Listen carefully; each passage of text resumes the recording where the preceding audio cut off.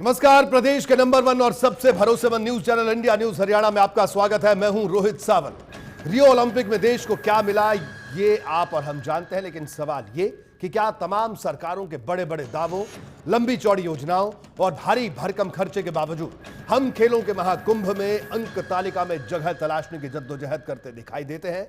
देश में प्रतिभाएं हैं, उन्हें तराशने के सरकारी दावे हैं, लेकिन मेडल नहीं मिल पाते। वक्त वक्त पर आरोप लगते रहते हैं कि सरकारें सिर्फ स्टार बनाने के बाद ही खिलाड़ियों को सम्मान और सुविधाएं देती हैं। ऐसे ही कुछ आरोप लगाते हुए हरियाणा के फिजिकल ट्रेनिंग इंस्ट्रक्टर्स सड़क पर उतर आए हैं। सरकार पर अनदेखी का आरोप लगाते हुए इन्होंने जिला स्तरीय खेल प्रतियोगिता का बहिष्कार कर दिया है।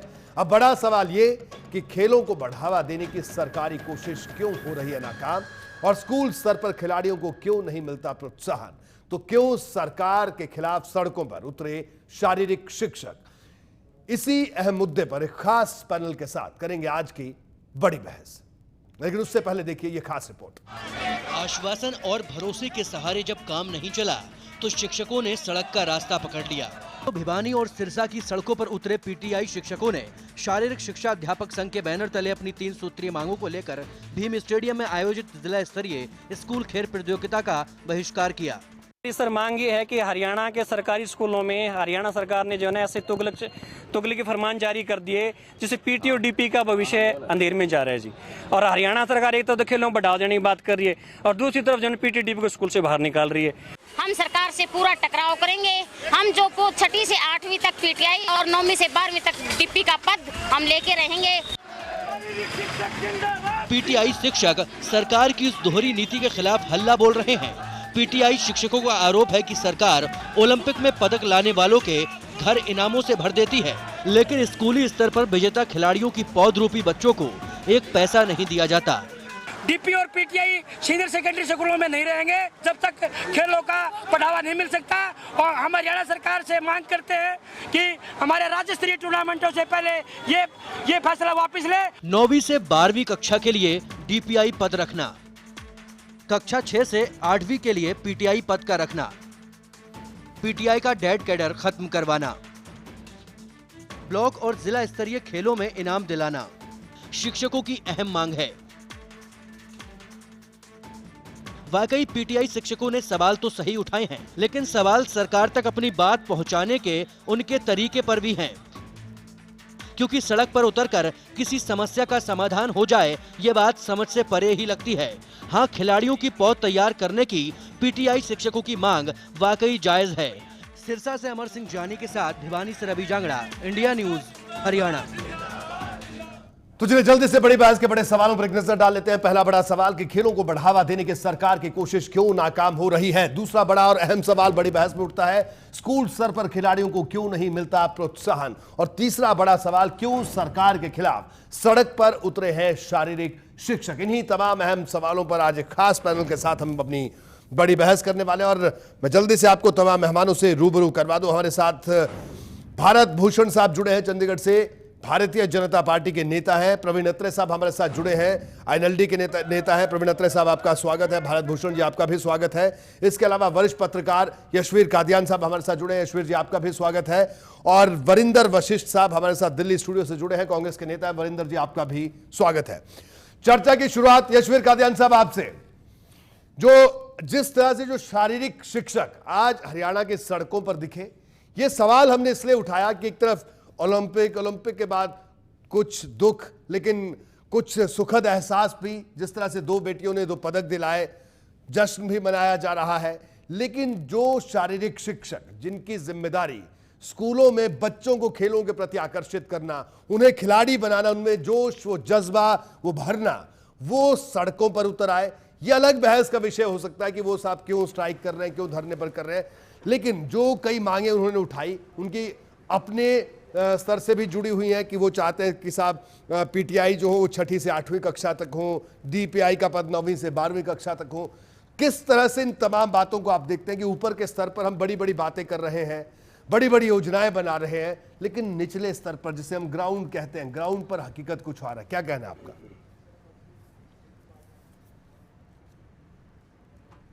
देखिए, ये ठीक है कि सरकार हमारी काफ़ी व्यस्त है हरियाणा को आगे ले जाने में, तो ये हो सकता है कि अभी सरकार का ध्यान ये जो शिक्षक हैं इनके मांगों की तरफ ना गया हो, और ऐसी स्थिति में हो सकता है कि ये अपना मांगों के प्रति सरकार का ध्यान आकृष्ट करने के लिए सड़क पे उतरने पर विवश हो गए।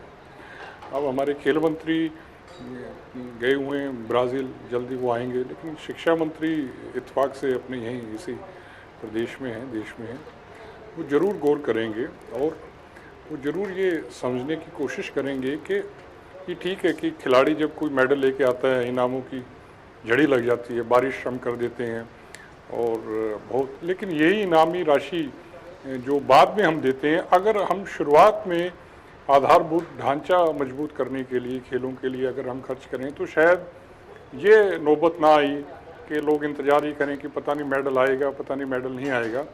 और उसका असल एक जो नमूना है वो आज जो आपने ये बड़ा मुद्दा उठाया उससे साफ झलकता है। जब स्कूलों में खेल शिक्षक नहीं होंगे तो आप कैसे ये उम्मीद कर पाएंगे कि भारत में या हरियाणा के जो बच्चे हैं वो खेलों में बेहतरीन प्रदर्शन करेंगे।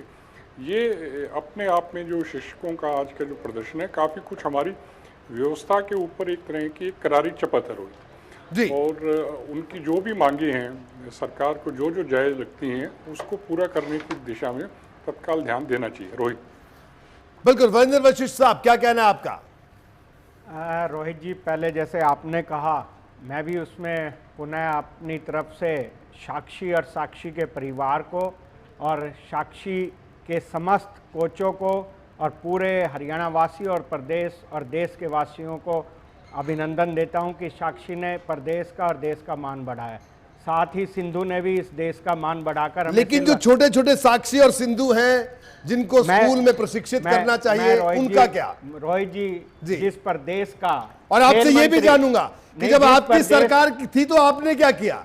कहीं ये जो लोग सड़कों पर उतरे, कहीं आपकी सरकार की नीतियों की वजह से तो नहीं उतरे हैं? इन दोनों सवालों के जवाब आपसे चाहूंगा साहब। हाँ, मैं एक एक करके देता हूं। पहला कि आप जिस प्रदेश का खेल मंत्री खेल प्रोत्साहन के लिए जाए और जब हरियाणा के लोग, हरियाणा के खिलाड़ी खेलें तो हरियाणा का खेल मंत्री और उसके साथ गए हुए लोग बीचों पे पाए जाएं, तो ऐसे खेल मंत्री को पुनः आकर इस्तीफा देना चाहिए और पूरी हरियाणा की जनता से माफी मांगनी चाहिए कि जो उन्होंने। नहीं साहब, ये तो पॉलिटिकल एजेंडा हो गया। मैं पॉलिटिकल एजेंडा नहीं है, मैं कह रहा हूं आपके सवाल पर आप आइए, आपके सवाल पर आइए कि 1 करोड़ की राशि जी हरियाणा से भेजी गई उनके लिए कि जाइए आप हरियाणा के खिलाड़ियों को। ठीक है, एक मिनट रुकिए। यशवीर जी, मैं आपसे बिल्कुल ये जानना चाहूंगा, साहब कह रहे पहली बार हुआ है, इनकी सरकार थी उस दौरान जो ओलंपिक हुआ तब ऐसा कुछ नहीं हुआ, क्या सचमुच ऐसी स्थिति थी?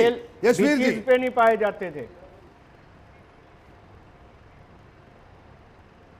यशवीर जी भी जवाब नहीं दे पाएंगे। नहीं, यशवीर जी देंगे जवाब, अब रुकिए सुन लीजिए। लोग ये दावा कर जी यशवीर जी, क्योंकि हरियाणा ओलंपिक सब सुन लीजिए। मैं ये कह रहा हूँ कि ठीक है कि ये ठीक है रोहित जी, कांग्रेस के लोग ये ऐसा मान सकते हैं कि हरियाणा का सारा भला किया तो सिर्फ कांग्रेस ने किया और बुरा किया तो वो सारा बाकी विपक्षी लोगों ने किया, लेकिन शायद असलियत ऐसी ना हो, क्योंकि कांग्रेस के समय में भी विदेश दौरों की बड़ी भरमार रहती थी जी, और बहुत बड़े यशवीर जी जो खिलाड़ियों के प्रोत्साहन के लिए अब बात तो सुन लीजिए, डेलीगेशन जाता था, वो उस समय मैदान के अंदर रहकर चीयर्स करता था। ये पहली बार हुआ है कि हरियाणा से गया हुआ डेलीगेशन जिसका काम ये था कि खिलाड़ियों को प्रोत्साहन करे, वो उस समय सड़क की बात कर लीजिए, लोग सड़कों पर क्यों उतरे? नहीं, मैं डिबेट कहीं और जा रही है, मैं तो सिर्फ यशवीर जी से मैंने सिर्फ इतना जानने के लिए इनके पास गया था। इन्होंने बताया, मैंने कहा कि ऐसा पहली बार हुआ, तो उन्होंने कहा कि इन्होंने जवाब दिया कि ये कोई पहली बार नहीं, ऐसे दौरे पहले भी होते रहे। एक बात, अब आज के विषय पर आइए। मेरा सवाल आपसे ये था कि जो लोग सड़कों पर उतरे हैं, ये अचानक की सरकार ने ऐसा कुछ कर दिया कि शारीरिक शिक्षक सड़क पर उतराए, या आप कुछ ऐसा करके चले गए थे कि अब इन लोगों को सड़क के सिवाय और कोई रास्ता नहीं दिखा? रोहित जी, इस सरकार के आने के बाद जी ऐसा कौन सा तबका है, ऐसा कौन सा समुदाय है, ऐसा कौन सा व्यक्तित्व है जिसे अपनी मांगों के लिए सड़कों पर नहीं आना पड़े? इनकी ना कोई खेल नीति है, ना इनकी कोई प्रदेश को चलाने की नीति है। ये समस्या केवल जब से खट्टर सरकार आई है उसके पास ना नीति है, ना कोई योजना है, ना कोई परियोजना है। जब वो सब कोलैप्स हो गई हैं, उसकी वजह से आज हालात ये है, चाहे टीचर हो, चाहे आम व्यक्ति हो, चाहे किसान हो, मजदूर हो, चलिए ठीक बात, सबको सड़कों पे आप आना विपक्ष पड़ रहा में सब, मैं ये जानना चाह रहा हूं कि इन लोगों की जो मांग है कि 6ठी से 8वीं क्लास तक पीटीआई हो और 9वीं से 12वीं तक डीपीआई हो, तो ये मांग तो आपके समय में भी रही होगी, आपने कुछ किया इस विषय में? हमारे समय में थी तो आज तक दिक्कत आई नहीं। किसी शारीरिक शिक्षक ने हमारे 10 साल के शासन में किसी प्रकार से रोड पर आना ठीक नहीं है, पड़ा। मैं अपने प्रोड्यूसर से कहूंगा कि बिल्कुल जो इनके शिक्षक संघ है, शारीरिक शिक्षक इनके जो नेता हैं, उनको भी हम फोन लाइन पर लें, उनसे भी हम जानेंगे कि जब कांग्रेस की सरकार थी क्या उस वक्त भी उनकी ये मांग थी या नहीं थी। जो भी हो गया वो अभी बात सामने आ जाएगी। बहरहाल आपके पास आएंगे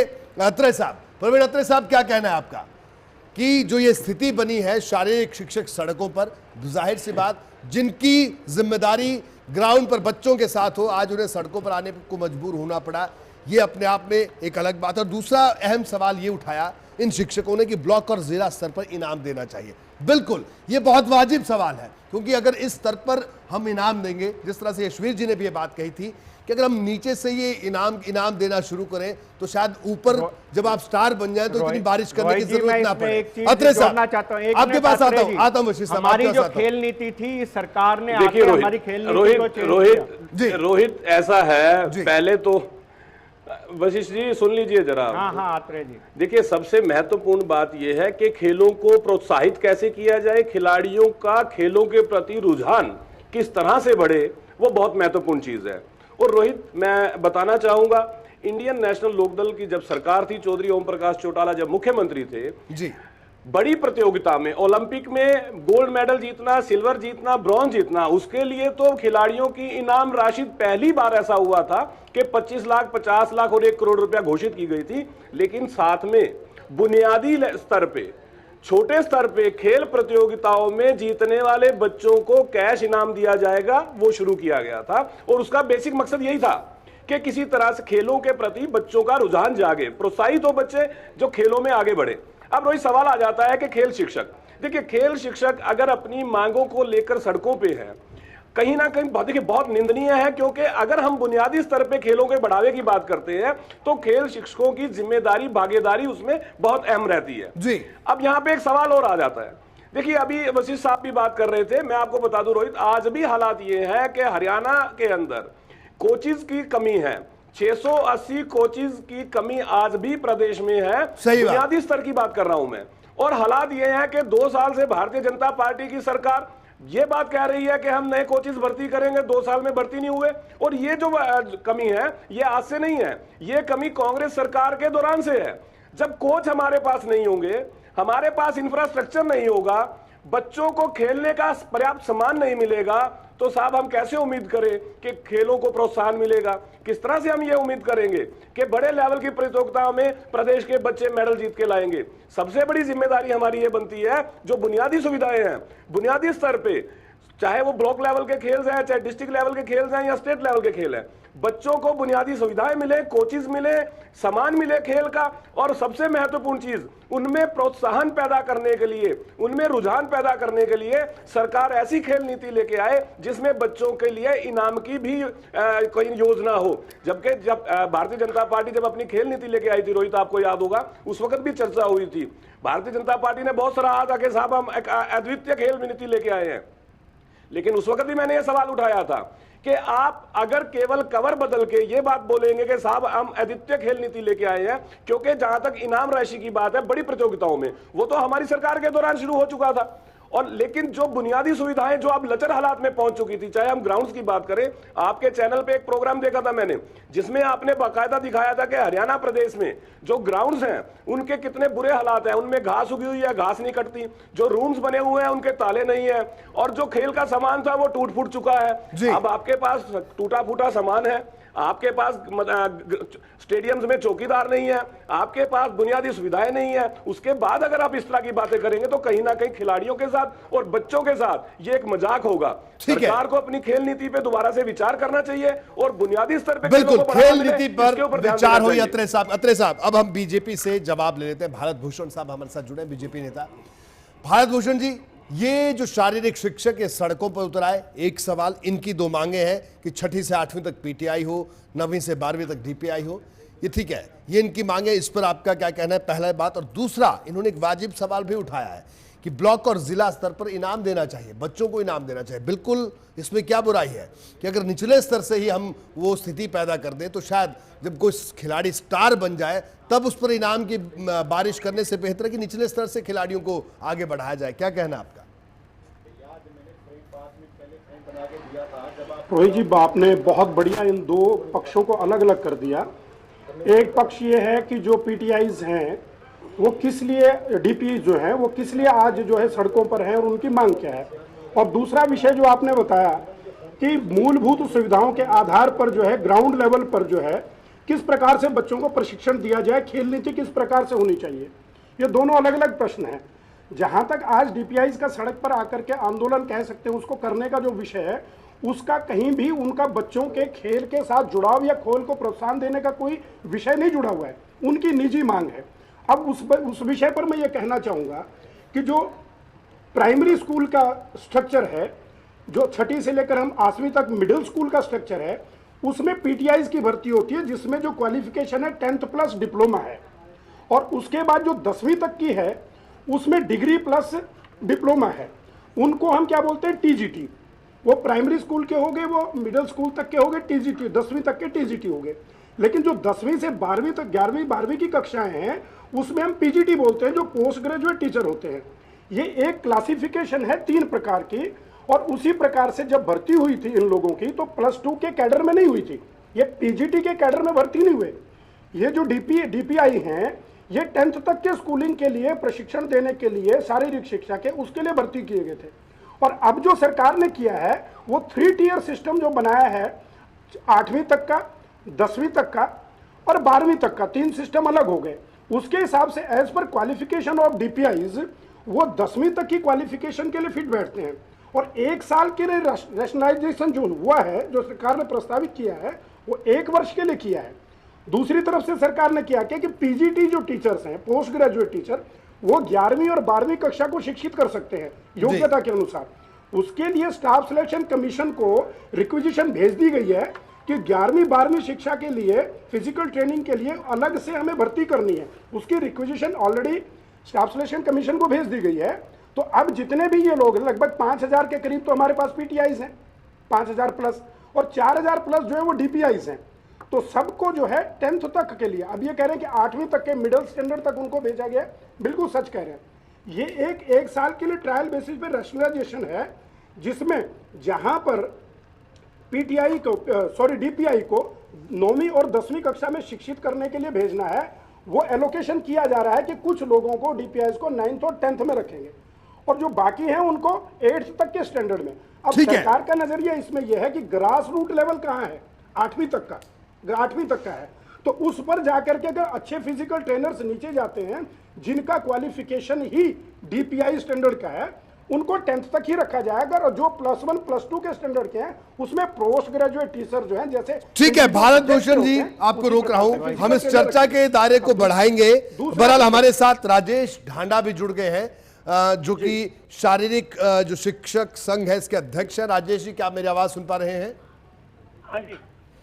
राजेश जी, सवाल ये कि आज आप सड़कों पर उतरे हैं, जो आप जो अपनी मांगे रख रहे हैं, क्या ये मांगे, क्या जो ये तमाम चीजें आपको नजर आई अभी की हैं या पिछली जो सरकार थी उस सरकार ने आपके लिए क्या किया, इस मौजूदा सरकार के ने आपके लिए क्या किया? दोनों सवाल आपसे जानना चाहूंगा पहले, उसके बाद हम बाकी सवालों पर जाएंगे। बताइए राजेश जी। हेलो जी राजेश जी। ऐसा जी, पिछली सरकार में 9वीं से और 12वीं तक के डीपी की भर्ती हुई थी जी। पिछली सरकार में डीपी की भर्ती 9वीं से 12वीं के लिए हुई थी जी, और 6 से 8 के लिए पीटीआई की भर्ती हुई थी जी। अब इस सरकार ने पीटीआई और डीपी को दोनों को 6 से 8 में कर दिया। 9वीं 10वीं 11वीं 12वीं के बच्चों का खेलने के लिए हम सड़कों पर उतरे हैं जी। हमारा इसमें कोई वेतन लगाने का मुद्दा नहीं है और कोई मुद्दा नहीं है, सिर्फ बच्चों को खेलों को बताने के लिए सड़कों पर उतरे हम। जी और ये तो है ब्लॉक स्तर पर और जिला स्तर पर बच्चों को प्रोत्साहन के रूप में इनाम की राशि के लिए हम सड़कों पर उतरे हैं।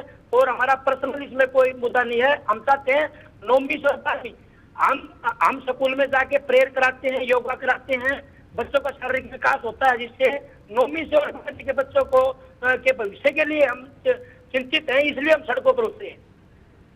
ठीक है राजेश जी, आप हमारे साथ बने रहिए। बाकी तमाम मेहमान हैं जी। वरिंदर वशिष्ठ साहब यहाँ पर एक बार फिर कुछ कहना चाह रहे हैं जी। वशिष्ठ साहब, आत्रेय जी और भारत भूषण जी, मैं पहले तो भारत भूषण जी को बताना चाहूंगा कि जिन्होंने कहा इंफ्रास्ट्रक्चर के तौर पर आपको पिछली सरकार ने 226 राजीव गांधी ग्रामीण खेल परिसर दिए, जो कि आप संभाल ही नहीं पाए। अगर आप ग्रामीण खेल परिसर को भी संभाल लें तो जो हालात हरियाणा में आज हुआ है, आपकी सरकार केवल मनोरंजन के लिए रियो गई, एक भी खेल में आप मैदान में नहीं पाए गए। क्या आप इसलिए रियो गए थे कि आप वहां पर जाके बीचेस में नहाए? आप अलग से चले जाते। और इस देश में भी गोवा में बीचेस हैं, आपको बीचेस पे ही नहाना था तो गोवा में जाके नहा लेते। अनिल विज जी को नहाने की व्यवस्था की कोई कमी थी तो कांग्रेस पार्टी भी फंड दे देती, वो घूम ही आते कहीं पर इस देश में और हमारे प्रदेश में कम से कम इतनी अच्छी भारत भूषण जी, लगता है वरिंदर वशिष्ठ जी को ने दिल पे बात लगा दी कि साहब आपके नेता बीच पर क्यों गए? आप लाभ नहीं उठा पाए। आपको हमने सब डिविजनल लेवल पे 13 स्टेडियम दिए, 2 स्टेट लेवल। नहीं वरिंदर जी, एक सवाल आपसे कि आपने जो आपको जिस बात का रंज है वो इस बात का है कि ये खेल परिसर ये लोग नहीं संभाल पाए या ये लोग बीच पर चले गए, इस बात का ये बताइए। क्या इनके नेता बीच पर चले गए? हरियाणा के लोगों का पैसा इसलिए था क्या खेल मंत्री को कि वो रियो में जाकर बीचेस पे घूमे? आप सब बताएं, क्या भारत जी भी इस चीज से सहमत हो सकते हैं कि हमारे लोग बीचेस पे पाए जाए? और ये कोई कांग्रेस की रिपोर्ट नहीं है, ये पत्रकारों की दी हुई रिपोर्ट है। पूरे देश ने और सब प्रदेश के लोगों ने देखा है। ये निंदनीय काम हुआ है। आपको पूरे देश से प्रदेश से माफी मांगनी चाहिए कि हमने रियो में जाके इस प्रकार का कृत्य किया। अरे भारत भूषण साहब, आपको बल्कि शुक्रगुजार होना चाहिए वरिंदर वशिष्ठ साहब का। इन्होंने सिर्फ इतना, सुनिए मेरी बात सुनिए, इन्होंने सिर्फ इतना कहा कि माफी मांगनी चाहिए। इन्होंने ये नहीं कहा कि अगला ओलंपिक ऐसे देश में कराइए जहां पर बीच ना हो। बहरहाल अब आप जवाब दे सकते हैं अपना। नहीं, बात यह है कि अगर हमारे परिवार के लोग हमें खेलते वक्त साथ होते हैं। थोड़ा आप सुनिए जरा जी, बोलिए वशिष्ठ साहब, आप सुनिए जरा। हाँ भारत जी, जहां as far as the infrastructure is concern, आपने कहा आपने हमें राजीव गांधी खेल स्टेडियम दिए, 226 ग्रामीण खेल परिसर नहीं दिए, आधे अधूरे दिए। 226। सुन लीजिए ना, सुनिए भाई साहब। हाँ बोलिए। मान्यवर वशिष्ठ जी, अगर बात हो रही है तो उसको आप सुन लीजिए। आपको हमने सुन लिया, आप जवाब सुनिए। हाँ बताइए। आपने जो खेल परिसर दिए थे उनकी वास्तविक स्थिति क्या थी? उनकी वास्तविक स्थिति क्या थी वो छुपा हुआ नहीं है। ये आज पहली बार ये चर्चा नहीं हो रही है। राजीव गांधी खेल परिसरों के बारे में सरकार ने और ये जो पत्रकार बंधु हैं, टीवी मीडिया ने बहुत बार बात की है कि आधे अधूरे छोड़ दिए गए। उनमें कहीं चौकीदारों की व्यवस्था नहीं थी। खेल स्टेडियम बन गए, जैसे अभी बंधु ने बताया, हमारे इनेलो के भाई ने, उनमें कोचेज की व्यवस्था नहीं थी, फिजिकल ट्रेनर्स की व्यवस्था नहीं थी। आपने 2 साल से क्या किया? हमने आपको ढांचा दिया, उसमें क्या किया? 2 साल में एक कार्य बताइए। देखिए, मैं आपको बताता हूं हमने क्या किया, बताइए। सुनिए ना, अब सुनिए। जो ग्रास रूट लेवल पर खेल नीति बनाई गई है, भारतीय जनता पार्टी की सरकार ने जो खेल नीति आकर के बनाई है वो ग्रास रूट लेवल पे बनाई गई है। कांग्रेस के कार्यकाल में जो भी नर्सरियां पहले हुआ करती जिला स्तर पर, वो नर्सरी बंद कर दी गई थी। कहीं खेल नर्सरी नहीं चल रही थी। मैं खुद यमुनानगर से हूं और यमुनानगर से फुटबॉल जिला संघ का अध्यक्ष भी हूं। पिछले 10 साल जब से कार्यकाल रहा कांग्रेस का, फुटबॉल का कोच यमुनानगर जिला को नहीं मिला। मैं उदाहरण दे रहा हूं एक। इसी प्रकार के बहुत से उदाहरण हैं कि खेल के कोचेस तक नहीं रहे और हम खेल का आयोजन नहीं कर पाए। ओलंपिक एसोसिएशन पर जो है कब्जा रहा माननीय अभय सिंह चौटाला जी का, उधर से कांग्रेस ने कर दिया, मामला मान लिया अदालत के पास पहुंच गया। ऐसा है भारत भूषण जी, आप जो शब्दों का प्रयोग, ठीक है, चर्चा कहीं और जा रही है। मैं चाहूंगा कि आज के विषय पर है। जसवीर जी को लाना चाहूंगा। अत्रे साहब आपके पास आता हूं। एक छोटा सा सवाल यशवीर का ध्यान साहब से। अगर चौटाला साहब के चुनाव आप की शब्दों बात का गलत करते हैं, चयन मत कीजिए, शब्दों के चयन पे ध्यान रखिए। भारत भूषण जी शब्दों के चयन आपको पे रोक रहा ध्यान हूँ, रखिए, भारत भूषण जी क्योंकि आपको रोक कब्जा रहा हूँ, शब्द जो है, रविंद्र साहब वो आपको भी रोक भारतीय रहा हूँ। जनता पार्टी की संस्कृति एक में हो सवाल सकता यहाँ पर है। यशवीर कादियान कोई साहब चुनाव के से, जरिए यशवीर आते जी हैं, उसको क्या कब्जा नहीं आपको करनी। लगता आप सुन के है आए कि हैं। खेलों की रोहित, बारी जब रोहित, आती है रोहित, खिलाड़ियों रोहित, के एक बात बजाय कहना चाहूंगा। राजनीति हमेशा हावी रहती है, क्या कहना आपका यशवीर जी? एक बात बोलना चाहूंगा, यशवीर जी से सवाल, उसके बाद साहब आपके पास आऊंगा। जी रोहित अब यशवीर जी मेरा सवाल ये है कि हम जी रोहित, यहाँ पर सवाल प्लीज बताएंगे रोहित जी क्या जी हम मेरा सवाल ये था कि खिलाड़ियों की चिंता कम, लेकिन इस बात की चिंता ज्यादा कौन किस बीच पर गया, कौन बीच पर नहीं गया, किसकी सरकार की खेल नीति बेहतर थी, किसकी बदतर थी। इन तमाम मसलों पर रहकर ये बातें गोल गोल घूमती रहती हैं और जो जमीनी हकीकत है वो नहीं सुधरती। क्या कहना है आपका?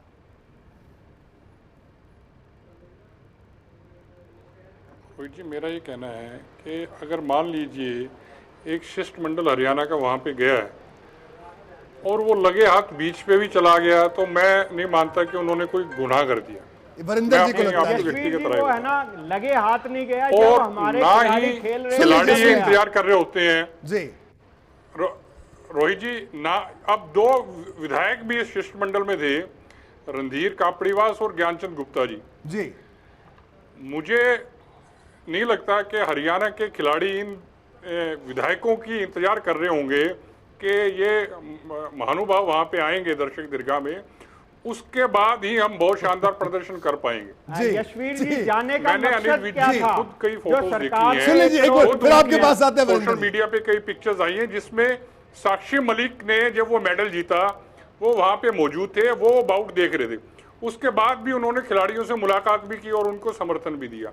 ये एक छोटा सा विषय है, इससे कहीं जो बड़ा विषय है वो ये है कि क्या सरकार खिलाड़ियों को इतना मान सम्मान, इतना प्रोत्साहन दे रही है कि वो स्पर्धाओं में शानदार प्रदर्शन कर सकें। जैसे कि जब साक्षी मलिक ने पदक जीता, उस दौरान मैंने एक अखबार में खबर छपी कि कुछ महीने पहले रोहतक से जो कुश्ती के जो कोच हैं उनका तबादला कर दिया गया और साक्षी मलिक समेत कई कुश्ती के जो खिलाड़ी हैं वो अपने जो कोच हैं उनका तबादला कैंसिल करवाने के लिए चक्कर काटते रहे, इधर उधर उन्होंने कई जगह बात की। तो क्या खिलाड़ियों को ये माहौल देना, क्या ये सरकार का काम नहीं है? क्या खिलाड़ियों का ये काम है कि वो कोच के लिए व्यवस्था करें? क्या वो तबादला कैंसिल कराने के लिए धक्के खाते फिरे? तो ये जो मूल विषय है, इस तरफ सरकार को जरूर ध्यान देना चाहिए। अगर कोई बीच पे थोड़ी देर के लिए चला गया तो उससे कोई आसमान नहीं टूट पड़ेगा। जी वरिंदर जी को लेकिन लगता है बीच से बहुत नफरत है। वरिंदर जी नफरत नहीं है जी, हरियाणा के टैक्स पेयर लोगों का पैसा था, हरियाणा के एक व्यक्ति ये चाहता था, उस पैसे को एनकरेज करने के लिए भेजा था भारत चर्चा को लेकर के जा रहे हैं। चलिए मैं माफी के साथ रोक रहा हूं, एक छोटे से ब्रेक के लिए, एक छोटे से ब्रेक के लिए वरिंदर जी आपको भी रोक रहा हूं, सब लोगों को एक छोटे से ब्रेक के लिए यहां पर रुकेंगे। ब्रेक के बाद जल्द हाजिर होंगे, बहस जारी है इस ब्रेक के बाद भी।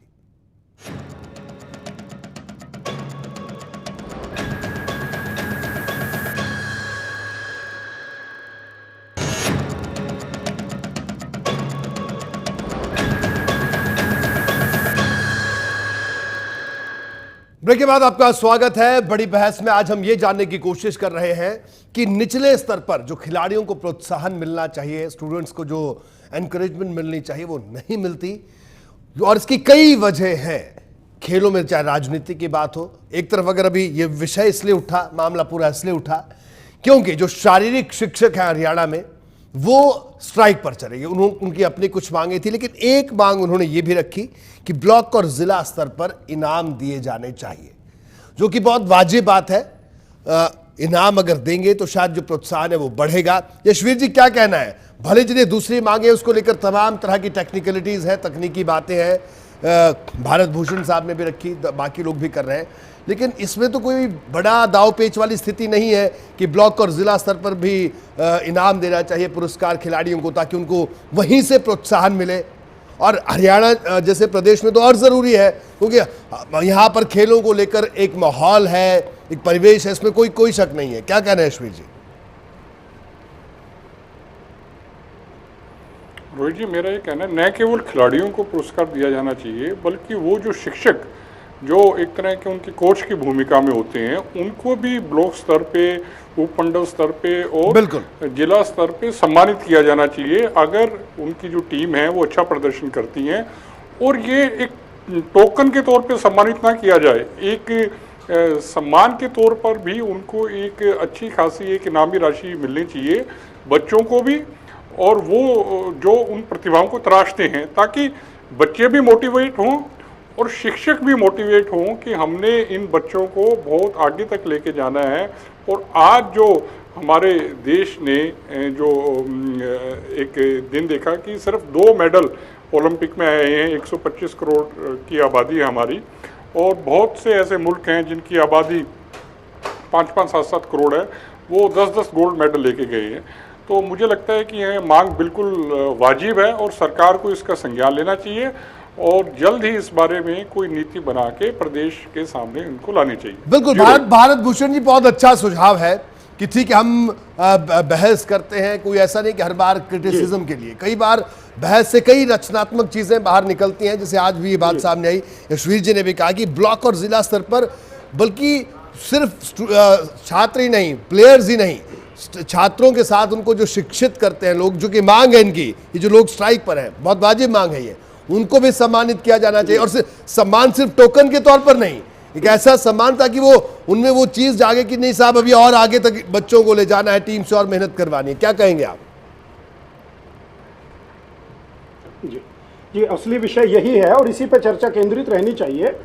जो हरियाणा सरकार ने अपनी खेल नीति बनाई है, उसमें मैं अगर विस्तार से बताऊं तो देखिए, खंड स्तर पर व्यायामशालाओं का निर्माण होने जा रहा है और तहसील स्तर पर जब हम बात करते हैं तो हर जिले में खेल नीति में रखा गया कि कम से कम 4 खेलों की नर्सरीज हम देने जा रहे हैं, जिसमें 25-25 बच्चों को 2500 रुपया महीना दिया जाएगा उनकी डाइट के लिए, और वो एक व्यवस्थित तरीके से खेल शिक्षकों के माध्यम से ही उनको दी जाएगी और खेल के लिए, खेलने के लिए उन बच्चों को जो है उसमें डाइट दिया जाएगा। तो ये इंफ्रास्ट्रक्चर में जब आ जाएगी ये चीज़, तो निश्चित रूप से खेल शिक्षकों को भी उससे प्रोत्साहन मिलने वाला है और बच्चों को तो मिलने ही वाला है।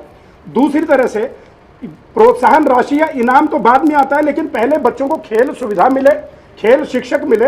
इसके लिए ही अगर हम ये कहें कि अभी टीचर्स को मिडिल स्तर पर लेकर के जाकर के नीचे के स्तर पर खेल को प्रोत्साहन देने के लिए ही ये किया जा रहा है, और बड़े स्तर पर वो खिलाड़ी आएंगे तो 12वीं तक के स्तर के लिए भर्ती के लिए जो स्टाफ सिलेक्शन कमीशन बोर्ड को रिक्विजिशन भेजी गई है वो उसी का एक हिस्सा है। अब मैं ये कहना चाहूंगा कि खेल नीति में अगर विस्तार से देखें, आज प्रदेश की खेल नीति को अन्य प्रदेशों के खेल के विशेषज्ञ जो हैं वो विशेषज्ञ स्टडी करने के बाद इंप्लीमेंट करने को तैयार हैं, और हम कहें कि खाली विरोध के लिए खेल नीति का विरोध करना है, ऐसा ठीक नहीं है। खेलों में राजनीति रही है और उसके कारण से बहुत सारे शिक्षक भी किसी न किसी प्रकार से राजनीतिज्ञों के साथ जुड़ गए, वो बड़ा दुर्भाग्यपूर्ण रहा। पिछला 10 साल का एक जो सिस्टम रहा है उसमें हमारा हरियाणा प्रदेश का खेल जो है एक कोने में चला गया, 2 पीढ़ियां हमने खेल की खत्म कर दी। अत्रे साहब से तो बड़ी देर से कुछ कहना चाह रहे हैं, गलत बात कह रहे हैं, वरिंदर जी उसके बाद आपके पास अत्रे साहब बड़ी देर से कुछ कहना चाह रहे हैं, इनकी बात अत्रे साहब। देखिए रोहित, सबसे महत्वपूर्ण चीज ये है, रोहित सबसे महत्वपूर्ण बात ये है, ऐतराज इस बात पे है कि 2 साल के बाद भी अगर सरकार ये बात कहती है कि हम ऐसा करेंगे, इस बात पे ऐतराज है, क्योंकि 2 साल का टेन्योर आपका जा चुका है और 2 साल के टेन्योर के अंदर अभी तक आप कोचेज नहीं भर्ती कर सके। साहब 680 कोच आप लगा नहीं सके 2 साल के अंदर, किस तरह से आप बात कर सकते हैं? इसका मतलब केवल आप बात करते हैं, प्रैक्टिकली आप प्रैक्टिकल ग्राउंड पे कुछ नहीं होता। लेकिन एक बहुत महत्वपूर्ण बात है रोहित, पहली बात तो मैं वसीम साहब की बात का जवाब दूंगा। अभी वो बार बार एक जिक्र कर रहे थे कि राजीव गांधी खेल नर्सरी जो काउंटिंग बता रहे थे 226 हमने दी है। देखिए रोहित, सबसे महत्वपूर्ण चीज क्या है कि आज हरियाणा के अंदर अगर राष्ट्रीय और अंतरराष्ट्रीय स्तर का खेल मैदान है तो वो इंडियन नेशनल लोकदल की सरकार के दौरान बने हुए हैं, और उसका उदाहरण पंचकुला में आके आप देख लीजिए, स्टेडियम आपको नजर आएगा। जो वसीम साहब वसीम साहब 25 ऐसी नर्सरीज की बात करते हैं, वसीम साहब 200 छोड़िए, आप मुझे 25 का नाम बता दीजिए कि कोई 25 आप मुझे गिनवाए, मैं आपकी बात को मान लूंगा अगर आप 25 का नाम गिनवा देंगे। और एक और बात रोहित, देखिए, हरियाणा प्रदेश को अंतरराष्ट्रीय प्रतियोगिता के अंदर पहला मेडल कब देखने को मिला था? 2004 के ओलंपिक में। सरकार थी इंडियन नेशनल लोकदल की, चौधरी अभय सिंह चौटाला, जिनके बारे में अभी कब्जा शब्द का प्रयोग कर रहे थे भारत भूषण जी, उन्हीं के मार्गदर्शन में हरियाणा प्रदेश को एक अंतरराष्ट्रीय प्रतियोगिता में मेडल देखने को मिला था। इस बात का याद रखना चाहिए। देखिए, खेलों की बढ़ावा देने के लिए अभी जिस तरह से कादियान साहब ने भी कहा, मैंने भी जिक्र किया था कि जो प्रोत्साहन राशि है, हम उसको प्रोत्साहन राशि बोले, हम उसको इनाम राशि बोले, वो बुनियादी स्तर पे सरकार को देना चाहिए, क्योंकि बच्चों को प्रोत्साहित अगर आप करोगे वो तभी हो पाएगा जब आपके पास बुनियादी सुविधाओं के साथ साथ एक प्रोत्साहन राशि या यूं कह लीजिए कि किसी तरह से मोटिवेशन बच्चों में पैदा हो। लेकिन जो सबसे इस वक्त सोचने का विषय और जो हरियाणा प्रदेश में कहीं नजर नहीं आ रहा है, देखिए, हम बात करते हैं जब खेल की तो सीधा सवाल जहन में आता है, सिखाएगा कौन? मतलब कोचिज। अभी जिस तरह से भारत भूषण जी एक बात कर रहे थे, कोचिज हमारे पास नहीं है, वो ऑन रिकॉर्ड है। अभी इन्होंने कहा कि साहब हम लोग ट्रेनर्स, ट्रेनीज और जो पीटीआईज के बारे में इन्होंने कहा कि साहब आप दोनों को अलग अलग कर दिया आपने, बहुत अच्छा, क्योंकि ट्रेनीज जो है खेलों को बढ़ावा नहीं दे रहे हैं, या उनका कहने का मतलब यह था कि खेलों को प्रोत्साहन देने में उनका योगदान नहीं है। मैं इस बात से कतई इत्तेफाक नहीं रखता। जो पीटीआई और डीपीआई आज सड़कों पर प्रदर्शन कर रहे हैं, जमीनी स्तर पर सबसे पहले बच्चे को खेलने का जो प्रोत्साहन मिलता है इन्हीं के मार्गदर्शन में मिलता है। इसलिए सबसे ज्यादा अगर मैं कहूंगा योगदान रहता है इन्हीं लोगों को रहता है। तो सरकार को इनकी मांगों में विचार जरूर करना चाहिए, क्योंकि जिस तरह से वो मांग कर रहे हैं, उन्होंने जैसे अभी उनके जो प्रेसिडेंट थे बोल रहे थे कि साहब हम तो खेलों को प्रोत्साहन देने के बारे में इस तरह की मांग कर रहे हैं, तो निश्चित रूप से प्रदेश के हित में है। हम भी चाहते हैं खेलों को प्रोत्साहन मिले। अगर सरकार की वाकई मंशा है कि खेलों को प्रोत्साहन देना चाहती है, हालांकि अभी तक नजर नहीं आता, 2 साल में कहीं नजर नहीं आया, और लेकिन जो अभी भी रिजल्ट आए हैं खेलों के ओलंपिक में जिस तरह के हालात रहे हैं उससे भी स्थिति स्पष्ट हो गई है। लेकिन फिर भी सरकार अगर जाग जाए तो बेहतर होगा। ठीक है, अब वरिंदर जी बोलिए। रोहित जी, एक बार वरिंदर जी की बात सुन लेते हैं, भारत भूषण साहब, उसके बाद आपके पास आते हैं फिर डिबेट के फाइनल दौर में, लेकिन एक वरिंदर जी की एक बात सुन लेते हैं। रोहित जी, जैसा कि आपने कहा कि आज इस डिबेट का रीजन जो था शारीरिक शिक्षकों के रोड पर आने का था, और आपके सामने राजेश ढांडा जी ने खुद कबूला कि पिछले 10 साल के शासन में उनकी किसी प्रकार की कंप्लेंट नहीं थी, और आखिरी भर्ती भी हमने ही की है शारीरिक शिक्षकों की, इन्होंने कुछ नहीं किया पिछले 2 साल में। भारत भूषण जी को कहता हूं कि आपको विरासत में इतनी सुंदर खेल नीति मिली है, आप उसको ही कंटिन्यूएशन में ले चलें तो इस प्रदेश का भी भला होगा, इस देश का भी भला होगा। प्रवीण जी भी हंस रहे हैं, क्या आज से पहले पैरा ओलंपिक के खिलाड़ियों को कोई इतना बड़ा इनाम दिया गया जो पिछली सरकार ने दिया? अगर आप मेन ओलंपिक में जो पदक लाओगे उसके लिए जो नाम राशि है, मैंने अभी आपको बताया, ये इनाम की शुरुआत हमने की थी। प्रवीण जी, आपको गए हुए 12 साल हो गए, देश और प्रदेश में बदल चुका है। उससे पहले आपकी सरकार रही थी, तब आप कहां सो रहे थे? हम पिछले 10 साल की बात कर रहे हैं, और उससे पहले भी हमारी खेल नीति कितनी बार कांग्रेस की सरकार आई है, हमारी खेल नहीं याद था कि खेलों को प्रोत्साहन मिलना चाहिए, और प्रोत्साहन के तौर पर पिछले 10 साल अपने 10 साल के शासन में हमारा मुख्यमंत्री डेली खेलता था। प्रदेश के इतिहास का देख के सबसे काला अध्याय है वो, मैं उसकी चर्चा भी नहीं करना चाहता यहाँ पे। पिछले 10 साल भारत जी हमारे मुख्यमंत्री प्रत्येक दिन विरासत में खेल से जुड़े रहे। मैं उसी 10 साल की बात आपसे करने जा रहा हूँ, मैं उसी 10 साल की बात आपसे करने जा रहा हूं। पिछले 10 साल से माननीय दीपेंद्र हुड्डा जी हरियाणा रेसलिंग एसोसिएशन के अध्यक्ष हैं, और हरियाणा फुटबॉल एसोसिएशन पर भी कांग्रेस के लोगों का आज भी हम कहेंगे कब्जा ही कहेंगे उसको है। हरियाणा की फुटबॉल कहां है, हरियाणा की रेसलिंग कहां है, आप बताइएगा जरा। भारत जी, आप मेरे को बताओ, क्या आप जिला फुटबॉल ने क्या किया? आप जिला फुटबॉल एसोसिएशन पे क्या आपने कब्जा कर रखा है? आप निर्वाचित हुए होंगे, कब्जा तो नहीं कर रखा है। किसी प्रकार दीपेंद्र हुड्डा अगर किसी पद पे आए या भारत भूषण जी, सुनिए ना, भारत भूषण जी, सुनिए ना जी, चुने हुए नहीं है दीपेंद्र जी। जी, भारत भूषण जी, आपके नेता जो मल्होत्रा साहब है वो भी कई सालों से 80 की उम्र में शब्दों का चयन सही कीजिए, तीरंदाजी संघ में डटे हुए अभी भी। असंवैधानिक तरीके से चुनाव कर लेना, चुनाव करना ना कब्जा ही होता है। इंडियन संवैधानिक ओलंपिक तरीके से हरियाणा किसी ओलंपिक भूषण जी, आप तो उसको मान्यता दे आप उन रखी है। व्यक्ति के बारे में भी इस तरह के शब्द प्रयोग कर रहे हैं जिनके मार्गदर्शन में बॉक्सिंग के अंदर प्रदेश पहली बार मेडल आज लेके आया बॉक्सिंग की स्थिति क्या है? पिछले 10 वर्षों में अब ये तो बॉक्सिंग- कांग्रेस ने हालात ऐसे खराब किए, लेकिन आप कब्जा शब्द का प्रयोग मत कीजिए ना। कब्जा शब्द भाई साहब मैं बॉक्सिंग के इसीलिए अंदर प्रयोग कर रहा पहला हूं। मेडल भी जो है इंडियन नेशनल लोकदल के, आप जिनके बारे में कब्जा शब्द का प्रयोग कर रहे हो, चौधरी अभय सिंह जी के कब्जा बारे शब्द में, निंदनीय वो प्रेसिडेंट थे जब हरियाणा को मेडल देखने को मिला। आप ऐसे कब्जा शब्द मत प्रयोग कीजिए, हरियाणा रॉन्ग वर्ड। एसोसिएशन के भारत जी, रॉन्ग वर्ड। भारत जी, आप ये ऐसा शब्द आप कोई भी खेल नीति बना लो, 226 चुन के आते हैं, प्रकार तो से उनको आप कब्जा शब्द का प्रयोग मत कीजिए। किस भारत जी, अवश्य जी, मैं आपसे आपकी बात का दूसरा जवाब मेरा दूं निवेदन या एक अपने और भाई है। के बात का जवाब दूं? आपसे दोनों में मेरा से एक निवेदन का उत्तर है। एक समय सुन लीजिए। हरियाणा पहले की अपने 10 साल की विरासत के बारे में सुनिए ना।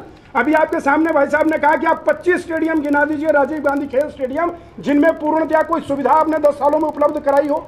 आधे अधूरे स्टेडियम, देखिए मैं नहीं चाहता रोहित जी, भारत जी, फिर आपने उन आधे अधूरे स्टेडियम पे एक ईंट लगाई, खेल को बढ़ावा दें, वो किस आपने प्रकार से क्या चले? किया? 2 साल से आपको हमने आधा अधूरा भी दिया, तो आपने क्या किया?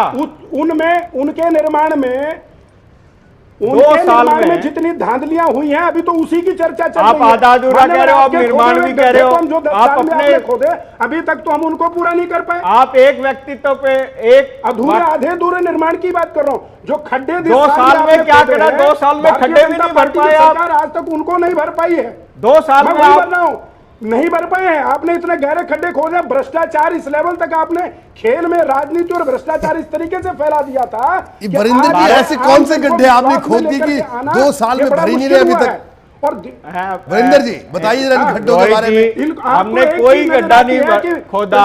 इन विचारों के साथ दिक्कत भारत ये भूषण जी कह है, रहे हैं 2 साल अभी भी नहीं भर पाए। भारत जी कह रहे के हैं। साथ अन्याय आप की अगर बात मानेंगे ये है नहीं- कि 2 साल के शासन में इनकी सरकार कुछ नहीं कर नहीं पाई, तो अब क्या जवाब दें?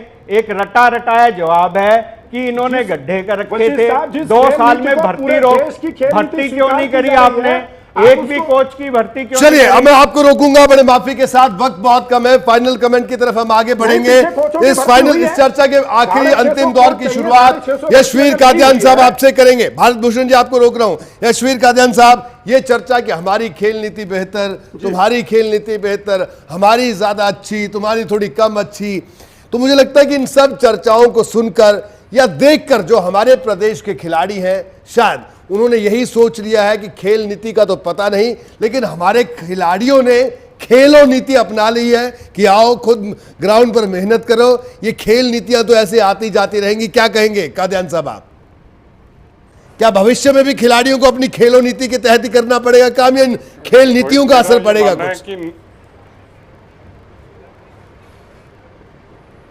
ये ठीक है कि नेताओं का काम है श्रेय लेना, और लेकिन जहाँ तक अगर खिलाड़ियों की बात है, अगर वो अच्छा प्रदर्शन करते हैं तो बहुत बड़ा श्रेय खिलाड़ियों को ही मैं दूंगा। किसी जी।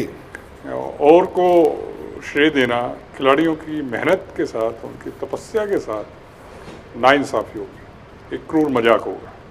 वो खिलाड़ी जो सुबह 3 बजे कुश्ती के लिए पहुंच जाता है, वो खिलाड़ी जो 10 किलोमीटर पैदल चल के प्रैक्टिस के लिए निकलता है, और जिस खिलाड़ी को ओलंपिक तक पहुंचाने के लिए जिसके माँ बाप अपना घर बेच देते हैं, असली अगर कोई श्रेय का हकदार है तो वो लोग हैं। दूसरा रोहित, मैं ये जरूर कहना चाहूँगा कि ये ठीक है कि काफ़ी बातें की जाती हैं, लेकिन ये जिस तरह से बात हो रही है कि सरकारों ने पहले इतने गड्ढे ज़्यादा भर दिए, तो सरकारों ने बेशक अगर गड्ढे भर भी दिए तो ये सरकार का काम है, मौजूदा सरकार का, कि वो उन गड्ढों को भरने का काम बहुत तेज़ी से करे, क्योंकि इनके पास एक एक दिन निकलता जा रहा है। कहीं ऐसा ना हो कि जब सरकार का आखिरी चरण में हम पहुंचे तब भी यही कहा जा रहा हो कि हम तो गड्ढे ही भर रहे हैं, क्योंकि जनता ये पूछेगी कि आपने हमारे लिए क्या किया है, नया क्या किया है, और उनसे जवाब जरूर पूछा जाएगा कि आपकी अपनी परफॉर्मेंस क्या रही है। अगर किसी ने अच्छा काम नहीं किया तो लोगों ने उनको सरकार से बाहर भी करने का काम किया है। जी बिल्कुल, तो ये जरूर ध्यान रखना चाहिए। और जहाँ तक ये जो मांगे हैं, जो भी उचित मांगे हैं, सरकार को उसको तेजी से अमल में लाना चाहिए। कहीं ऐसा ना हो कि साल बाद ये मांगे झूठी त्यों हो और फिर दोबारा से इन शिक्षकों को एक आंदोलन करना पड़े अपनी इन्हीं मांगों को लेकर। बिल्कुल। जी रोहित। वरिंदर वशिष्ठ साहब, आपका फाइनल कमेंट बड़े संक्षेप में। वशिष्ठ साहब, शायद वक्त रोहित कम है। जी ऐसी बात कोई नहीं कहेगा। मैं भारत जी को नम्र निवेदन करता हूं कि हम लोग प्रदेश के लिए खेलों से कोई खेल ना खेलें, और मैं निवेदन करता हूं कांग्रेस पार्टी की तरफ से, आप खिलाड़ियों से पूछें कि उनको क्या जरूरत है, और उसको देखते हुए जो भी खेल नीति बने, आपको कोई पार्टी समर्थन करे ना करे, पर मैं कांग्रेस पार्टी की तरफ से कह सकता हूं खिलाड़ियों की हर रिकमेंडेशन के साथ कांग्रेस पार्टी आपके साथ खड़ी। चलिए, अच्छी बात है, एक अच्छी बात कही है बरिंदर जी ने। अत्रे साहब आपका फाइनल कमेंट। धन्यवाद वशिष्ठ साहब। अत्रे साहब आपका फाइनल कमेंट। आखिर में आपके पास आऊंगा। देखिए रोहित, जैसा मैंने पहले भी कहा था जी, देखिए रोहित, जैसे मैंने पहले भी कहा था कि सरकार को अपनी खेल नीति पे पुनर्विचार करना चाहिए। जिस तरह से खेल शिक्षक एक मांग रखते हैं कि प्रोत्साहन राशि के रूप में जो जमीनी स्तर, बुनियादी स्तर की खेल प्रतियोगिताएं हैं, उनमें बच्चों को मिले प्रोत्साहन राशि के तौर पे इनाम मिले, तो वाजिब है। क्योंकि अगर आप चाहते हैं कि बच्चे खेलों की तरफ उनका रुझान बढ़े, प्रोत्साहित हो, तो बहुत बेहतर है, बहुत महत्वपूर्ण है। सरकार को इसके ऊपर ध्यान देना चाहिए। और उसके अलावा देखिए, बहुत कई बार क्या होता है कि अगर आपको कोई चीज नहीं समझ में आती तो दूसरे की सलाह मानने में बुराई नहीं होती। मैं उस बात का जिक्र फिर भारत भूषण जी से करूंगा कि अगर आप खेलों को प्रोत्साहन देना चाहते हैं तो बुनियादी सुविधाओं पे फोकस पहले कीजिए, क्योंकि सबसे महत्वपूर्ण चीज है। ठीक है, जहां अत्रे साहब, हमें कमी अत्रे साहब माफी चाहूंगा, वजह से हमारे खेल जो है वो पिछड़ रहे हैं। जी, भारत भूषण जी आपका फाइनल कमेंट क्या कहेंगे संक्षेप में आखिर में? जी, मैं अत्रे साहब से अभी इस बात पर पूरा सहमत हूं कि मूलभूत सुविधाओं पे ध्यान देना चाहिए। मैं स्वागत करता हूं अत्रे साहब का कि अगर हमारी खेल नीति में आपको कई खामियां नजर आती हैं, वशिष्ठ साहब को नजर आती हैं, आप बिल्कुल उनको हमारे सामने लेकर के आइए। खेलों के बढ़ावे के लिए, खेलों की भलाई के लिए हम उन सुझावों पर भी निश्चित रूप से ध्यान देकर के उनको शामिल करने का प्रयास करेंगे। दूसरी बात, जितनी खेल नर्सरियां प्रदेश में सरकार खोलना चाहती है, उनके लिए आवेदन पत्र आ चुके हैं। आवेदन पत्र मांगे गए थे। हर जिले से 4-4, 5-5 खेल की नर्सरियां खोली जा रही है, जो अंडर 14, अंडर 17 एज ग्रुप में चलेंगी। और उनके लिए प्रशिक्षित जो है, प्रशिक्षण देने के लिए जो प्रशिक्षण देने के उनको भी अपॉइंट किया जा रहा है। एक विस्तृत रूप से काम किया जाएगा। ग्रास रूट लेवल पर यह काम चल रहा है। ऐसा नहीं है कि वो एकदम से रिजल्ट। ठीक है भारत भूषण जी, माफी के साथ आपको रोकना पड़ेगा। भारत भूषण जी, वक्त कम है, डिबेट का वक्त खत्म हो गया है, माफी चाहूंगा। आपका बहुत बहुत शुक्रिया भारत भूषण जी इस चर्चा में शामिल होने के लिए। प्रवीण अत्रे साहब आपका बहुत बहुत शुक्रिया। वरिंदर वशिष्ठ साहब आपका बहुत बहुत शुक्रिया इस पूरी चर्चा में शामिल होने के लिए। अश्विर कादियान साहब आपका भी बहुत बहुत शुक्रिया। तो बहरहाल आज बड़ी बहस में इतना ही, इजाजत, नमस्कार।